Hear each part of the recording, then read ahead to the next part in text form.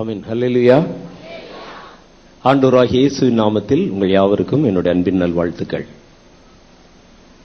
ஆண்டவராகிய கர்த்தர் நம்முடைய மாவட்டத்திலே ஒரு புதிய மாற்றத்தை நிறைவேற்றிக் கொண்டிருக்கிறார்.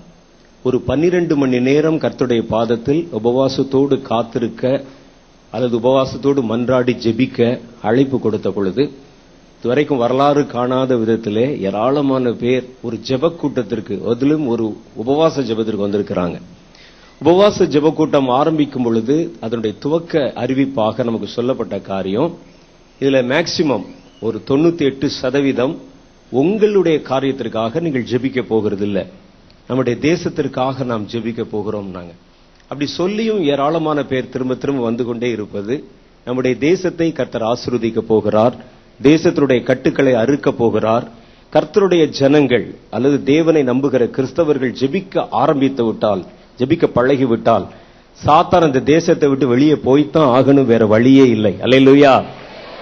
ஆகவே நாம் செய்கிற நம்முடைய ஜெபங்கள் ஒரு நாள் வீணாய் போகாது, விரயமாய் போகாது.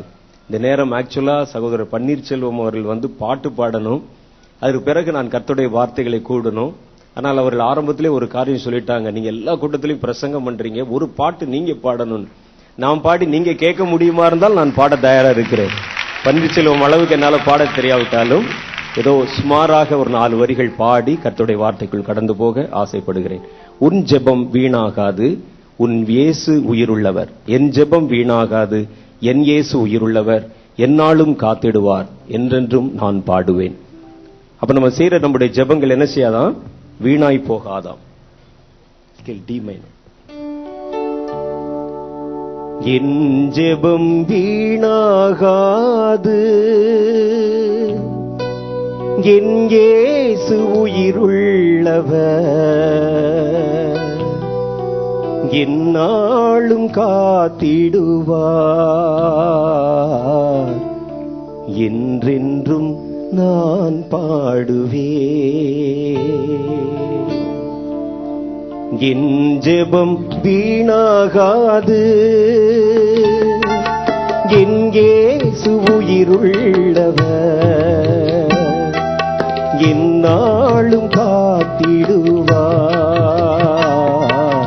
என்றென்றும் நான் பாடுவேன். என் ஜெபம் வீணாகாது, என் இயேசு உயிருள்ளவர், என்னாலும் காத்திடுவார், என்றென்றும் நான் பாடுவேன். என் ஜெபம் வீணாகாது.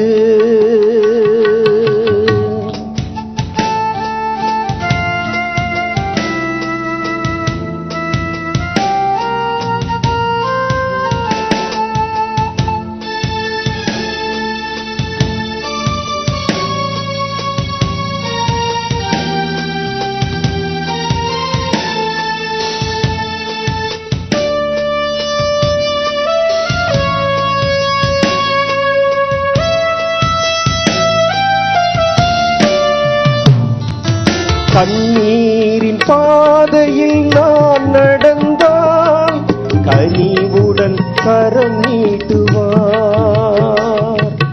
கண்ணீரின் பாதையில் நான் நடந்தால் கனிவுடன் கரம் நீட்டுவார். காப்பாற்றுவார், தேற்றிடுவார், காப்பாற்றுவார், தேற்றிடுவார், கண்ணீரெல்லாம் துடைப்பார். இயேசு கண்ணீரெல்லாம் துடைப்பார். என் ஜெபம் வீணாகாது, என் இயேசு உயிருள்ளவர், என்னாலும் காத்திடுவார்,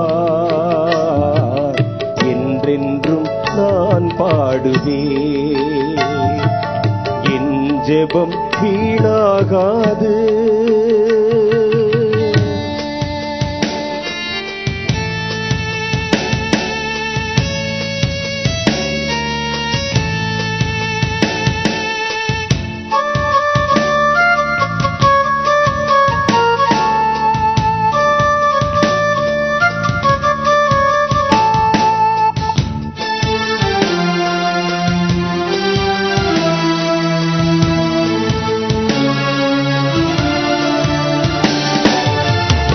பாரங்கள் சுமக்கின்ற மாந்தர்களே, வாருங்கள் என்னிடத்தே.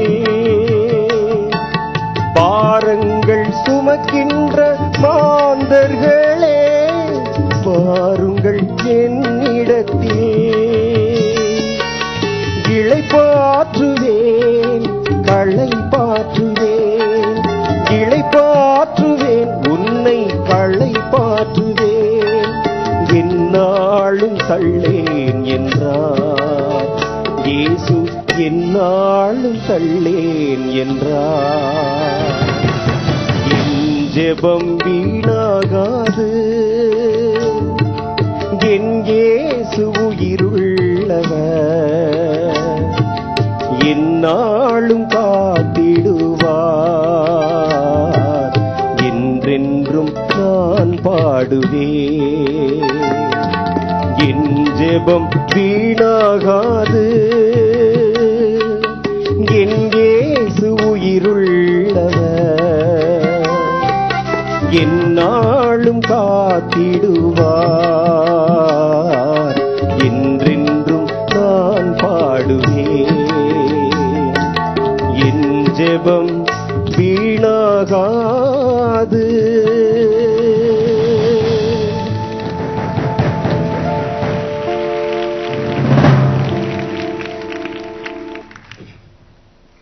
ஆண்டவராகிய கர்த்தருடைய பாதத்தில் நாம் செய்கிற ஒவ்வொரு ஜெபத்திற்கும், ஜெபத்தின் ஒவ்வொரு எழுத்திற்கும், எழுத்தின் உறுப்பிற்கும் கண்டிப்பாக கர்த்தர் ஒரு பிரதிபலனை தருவார். அதை நம்பித்தான் நம்ம இவ்வளவு பெரிய கூட்டங்களை ஏற்பாடு செய்து நம்முடைய தேசத்திற்காக ஜெபிக்க நாம் காத்திருக்கிறோம். இந்த நாள் ஒரு விசேஷமான நாள். அதன் காரணம் என்னவென்றால், ஒரு மிக முக்கியமான ஒரு தரிசனத்தை குறித்து நான் உங்களிடத்தில் பகிர்ந்து கொண்டு, அதன் பின்பு சில கர்த்தருடைய வார்த்தைகளை நாம் ஆராய்ந்து, அதற்கு பிறகு கர்த்தருக்கு ஆண்டவர் நமக்கு வெளிப்படுத்துகிற காரியங்களுக்காக நாம் ஜெபிக்க போகிறோம். இந்த காரியங்களை நான் உங்களுக்கு சொல்லும் பொழுது, அறிவிக்கும் பொழுது, தயவு செய்து யாரும் இந்த முன்பக்கத்தில் எந்திரிச்சு நடந்து போகக்கூடாது.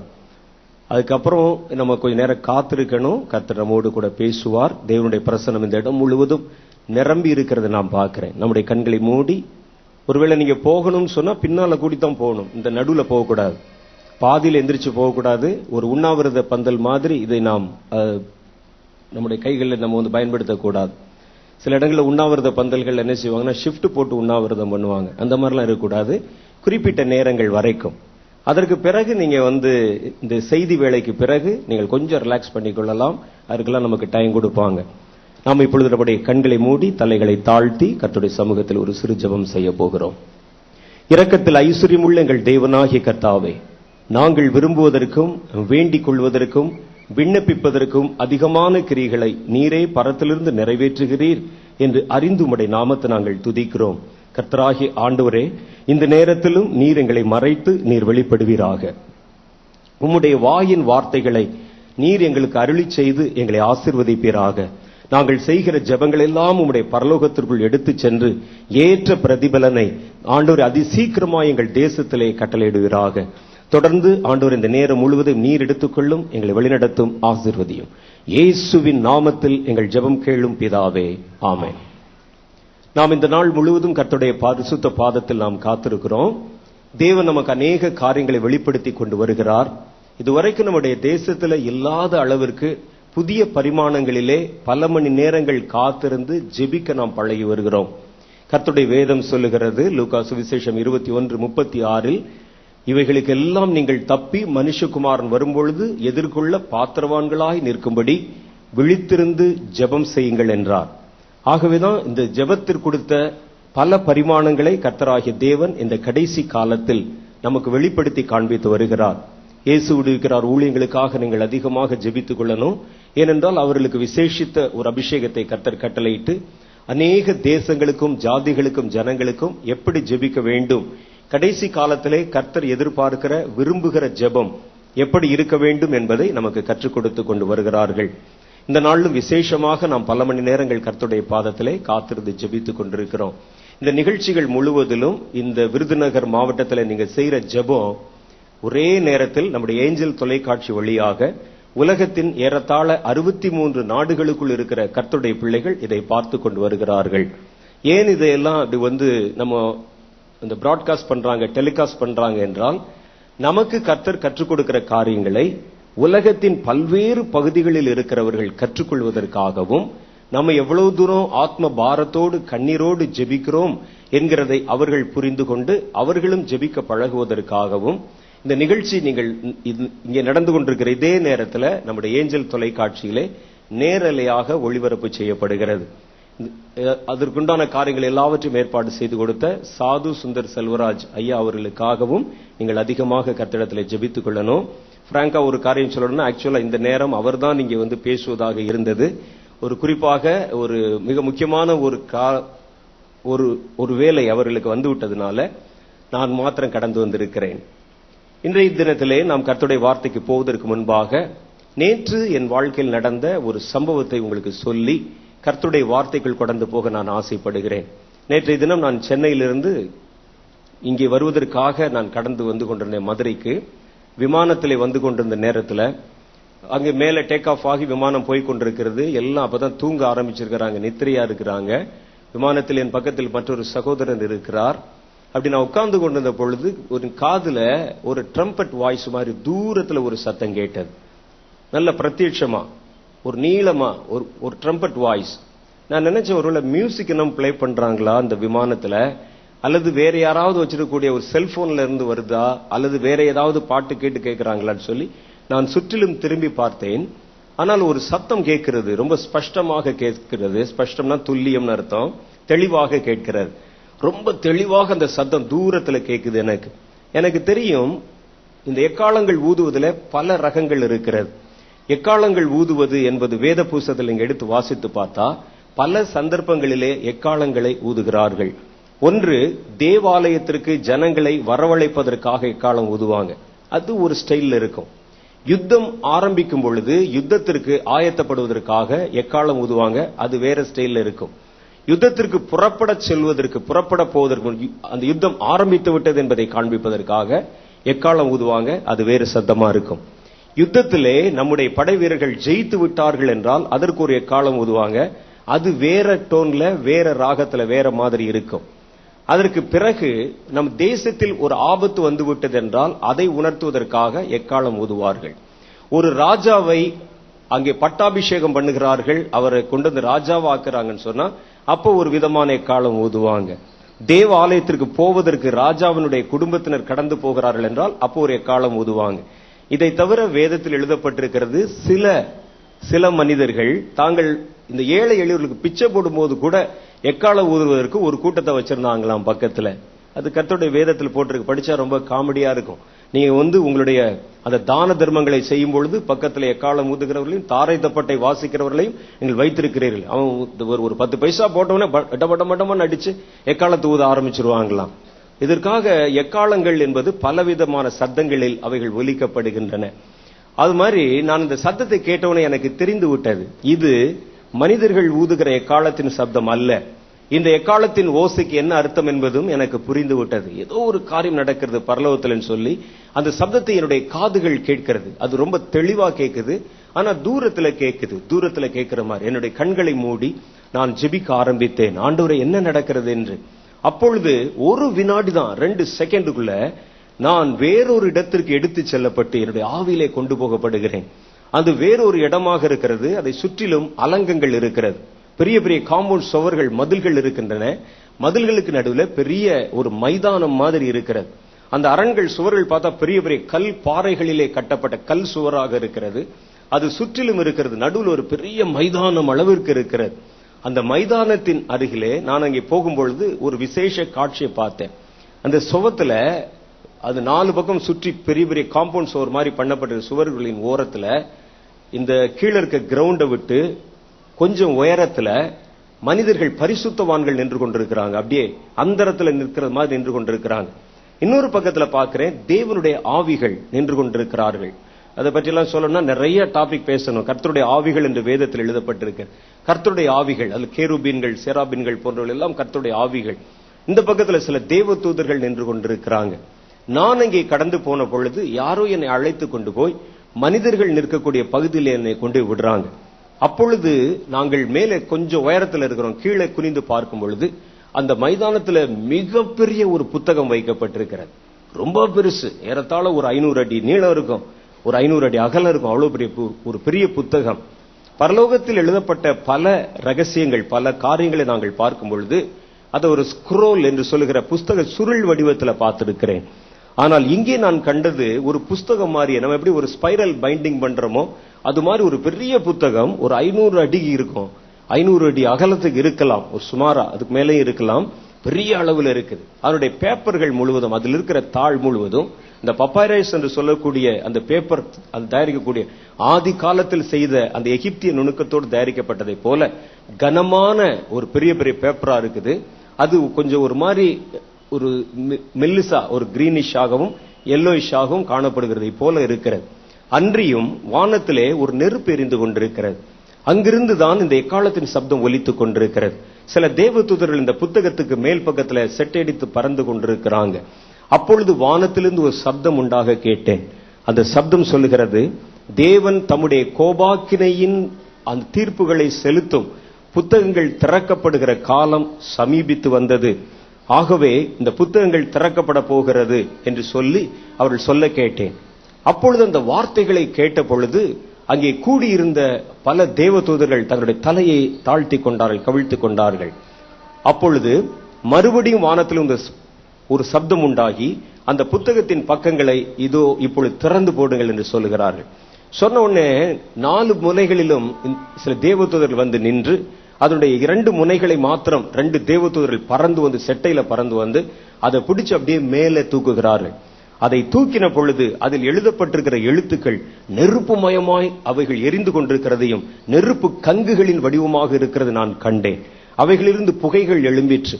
அவைகள் திறந்த பொழுது என் பக்கத்தில் காணப்பட்ட பரிசுத்தவான்கள், அங்கே காணப்பட்ட ஏராளமான பரிசுத்தவான்கள் இருக்கிறாங்க. மரித்த பரிசுத்தவான்களாக இருக்கலாம் அல்லது உயிருள்ள பரிசுத்தவான், எனக்கு தெரியாது. அங்கே நின்று கொண்டிருந்த அங்கே பல பரிசுத்தவான்கள் நிற்கிறாங்க. அவர்கள் எல்லாம், ஐயோ இதை காண எங்களுடைய இருதயம் அது தாங்க முடியாது, இவைகளுடைய வெம்மையை யாரால் தாங்க முடியும், கர்த்தருடைய கோபத்திற்கு முன்பு யார் நிற்க முடியும் என்று சொல்லி சுவர்கள் புறமாக அவர்கள் தங்களுடைய முதுகை திருப்பிக் கொண்டார்கள். திருப்பிக் கொண்டு சுவர்களை பார்த்து சுவர்கள் மேல தன்னுடைய நெற்றி பட அவர்கள் பெரும் குரல் எடுத்து அழ ஆரம்பித்தார்கள். எனக்கு அதுல என்ன எழுதியிருக்கிறது என்பது புரியாவிட்டாலும் எல்லாரும் செய்யறாங்களேன்னு சொல்லி நானும் பின்னால திரும்பி நானும் அதே மாதிரி சுவத்துல பக்கத்துல விழுந்து நானும் அழுது நான் ஜெபிக்க ஆரம்பித்தேன்.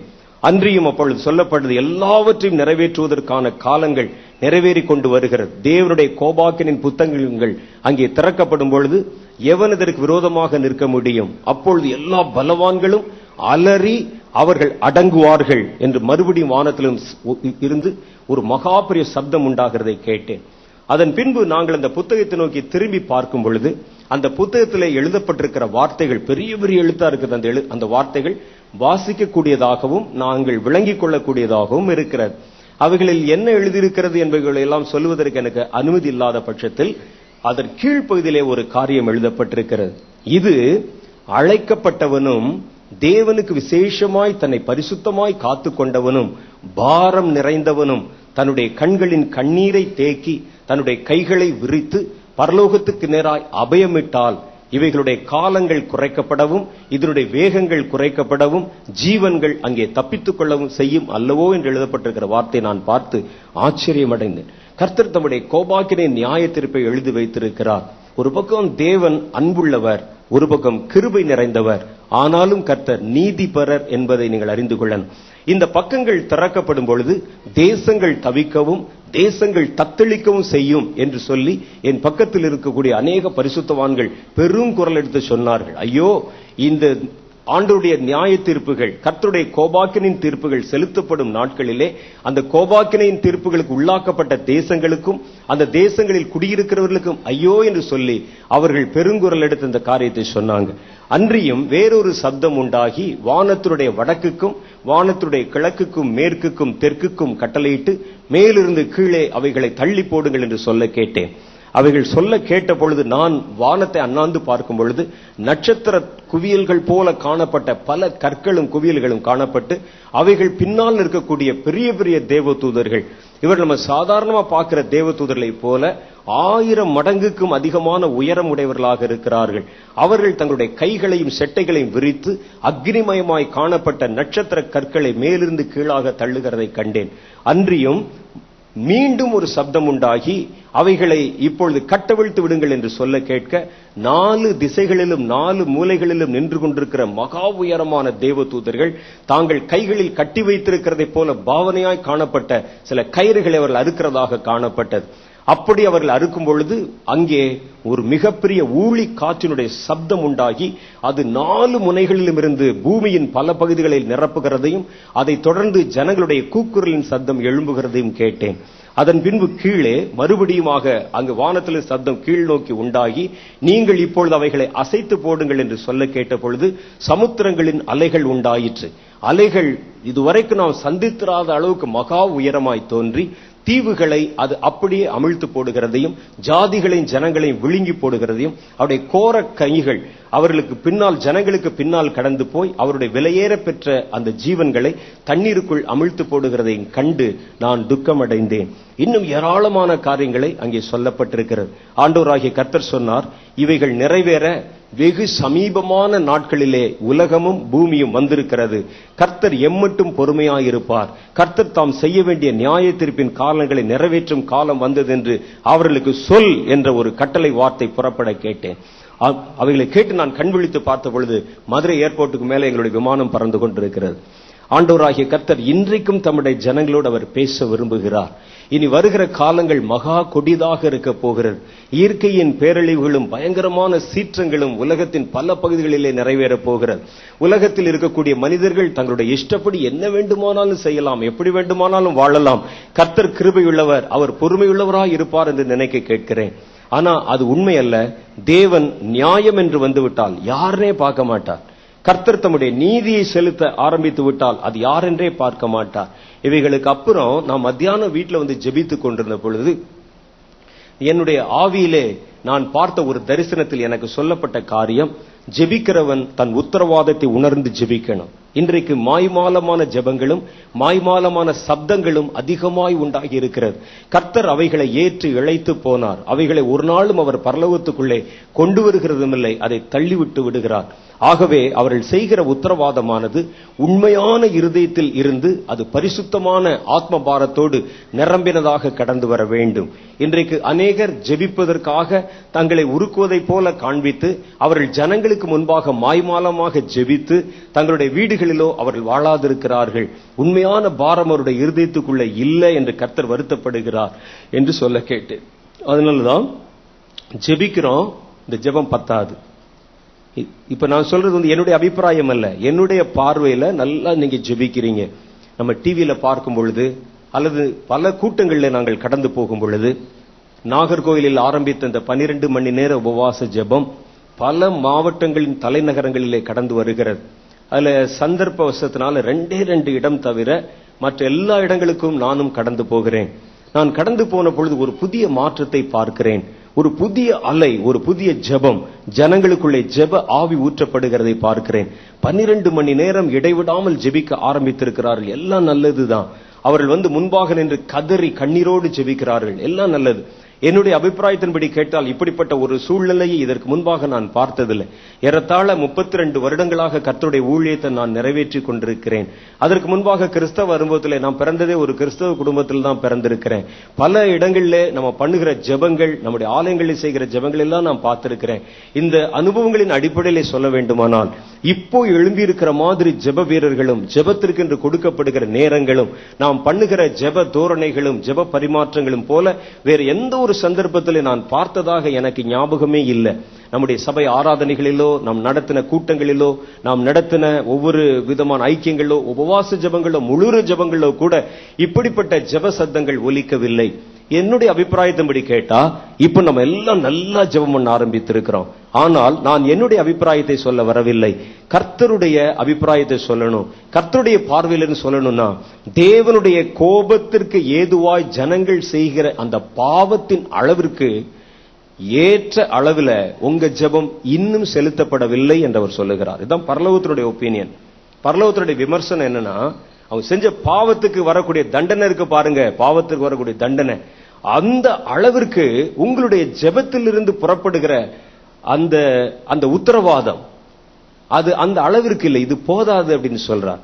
ஆகவே நாம் இன்று ஜெபம் பண்ணுகிறதோடு மாத்திரம் இல்ல, ஒரு கூட்டத்தில் வந்து 10 பேருக்கு முன்னால ஜெபிக்கிறது மாத்திரம் அல்ல, கேங் ஸ்பிரிட் சொல்லுவாங்க. ஒரு 10 பேர் கூட்டமா இருந்தா நமக்கு ஒரு ஸ்பிரிட் உண்டாகும்.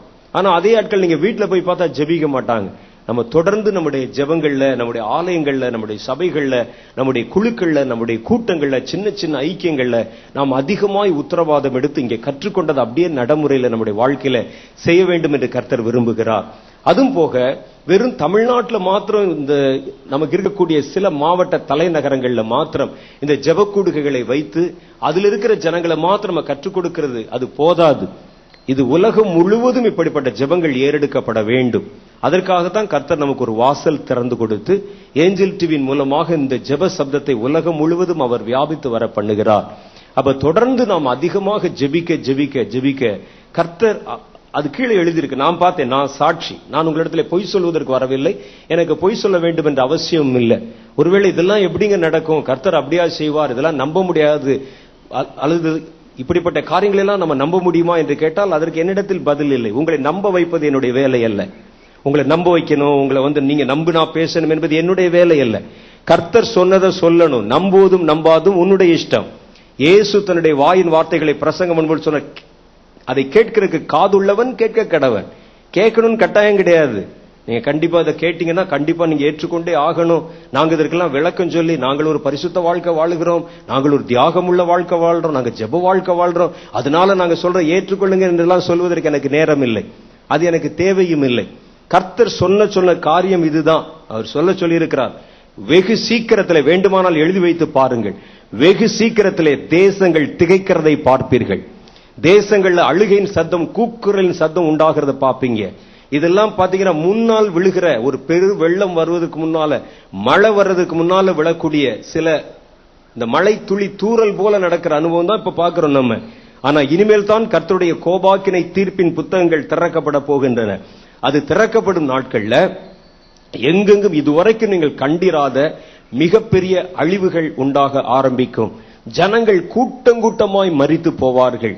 கர்த்தருடைய கோபாக்கினை தீர்ப்பு உண்டாக ஆரம்பிக்கும்.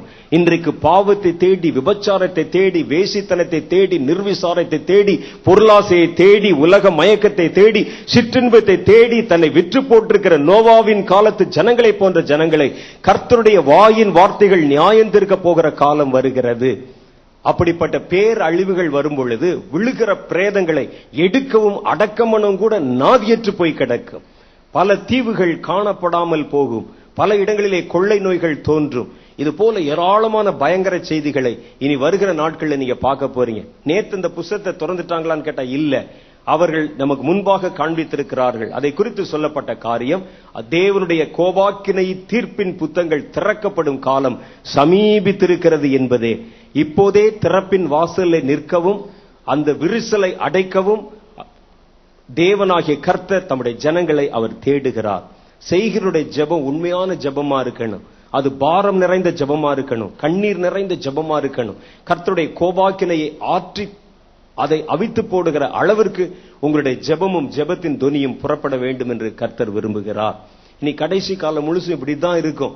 வேதத்தில் எழுதப்பட்டிருக்கிறது, உலகம் உண்டானது முதல் இதுவரைக்கும் நீங்கள் பார்த்திராத அளவிற்கு பூமியிலே உபத்திரவங்கள் தோன்றும் என்று எழுதப்பட்டிருக்கிறது. இப்போ நம்ம வாசிக்க போற வசனம் இந்த செப்பனியா தீர்க்கதரிசியின் புஸ்தகம் 1வது அதிகாரத்துல 14 சில வசனங்கள், 14 18 வரைக்கும். அதுல ஒரு காரியம் சொல்லுகிறது, கர்த்தருடைய நாள் சமீபித்திருக்கிறது, அது கிட்டி சேர்ந்து மிகவும் தீவிரித்து வருகிறது. கர்த்தருடைய நாள் என்கிற சப்தத்திற்கு பராக்கிரமசாலி முதலாய் அங்கே மனம் கசந்து அலறுவான். அந்த நாள் உக்கிரத்தின் நாள், அது இக்கட்டும் இடுக்கமுமான நாள், அது அழிவுகள் உண்டாகிற நாள், அது இருளும் அந்தகாரமுமான நாள், அது மப்பும் மந்தாரமுமான நாள், அது அரணிப்பான நகரங்களுக்கும் உயரமான கொத்தளங்களுக்கும் விரோதமாக எக்காலம் ஊதுகிறதும் ஆர்ப்பரிக்கிறதுமான நாள். மனுஷர் கர்த்தருக்கு விரோதமாய் பாவம் செய்தபடியினால் அவர்கள் குருடரை போல நடக்கும்படி நான் அவர்களை வருத்தப்படுத்துவேன். அவர்களுடைய ரத்தம் ஒரு புழுதியைப் போல சொரியப்படும், அவருடைய மாம்சம் எருவை போல கிடக்கும். கர்த்தருடைய உக்கிரத்தின் நாளிலே அவர்கள் வெள்ளியும் அவர்களுடைய பொன்னும் அவர்களை தப்புவிக்க மாட்டாது. அவருடைய எரிச்சலின் அக்னியினால் தேசமெல்லாம் அழியும், தேசத்தின் குடிகள் எல்லாம் சடுதியிலே நிர்மூலம் பண்ணுவார்.